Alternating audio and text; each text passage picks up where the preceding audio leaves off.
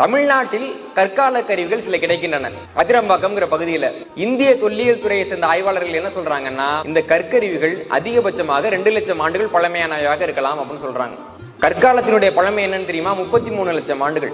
தமிழ்நாட்டில் கிடைக்கிற கற்கருவியோட பழமை வந்துட்டு வெறும் 2 லட்சம் ஆண்டுகள்னு சொல்றாங்க. இந்த 2 லட்சம்ங்கிறத எப்படி கணக்கு போட்டாங்க?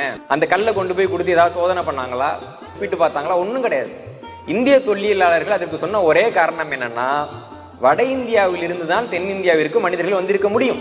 அப்படி இருக்கும்போது வட இந்தியாவில் கிடைத்த கற்கால கருவிகளுடைய அதிகபட்ச பழமை 2.5 லட்சம் ஆண்டுகள் தான்.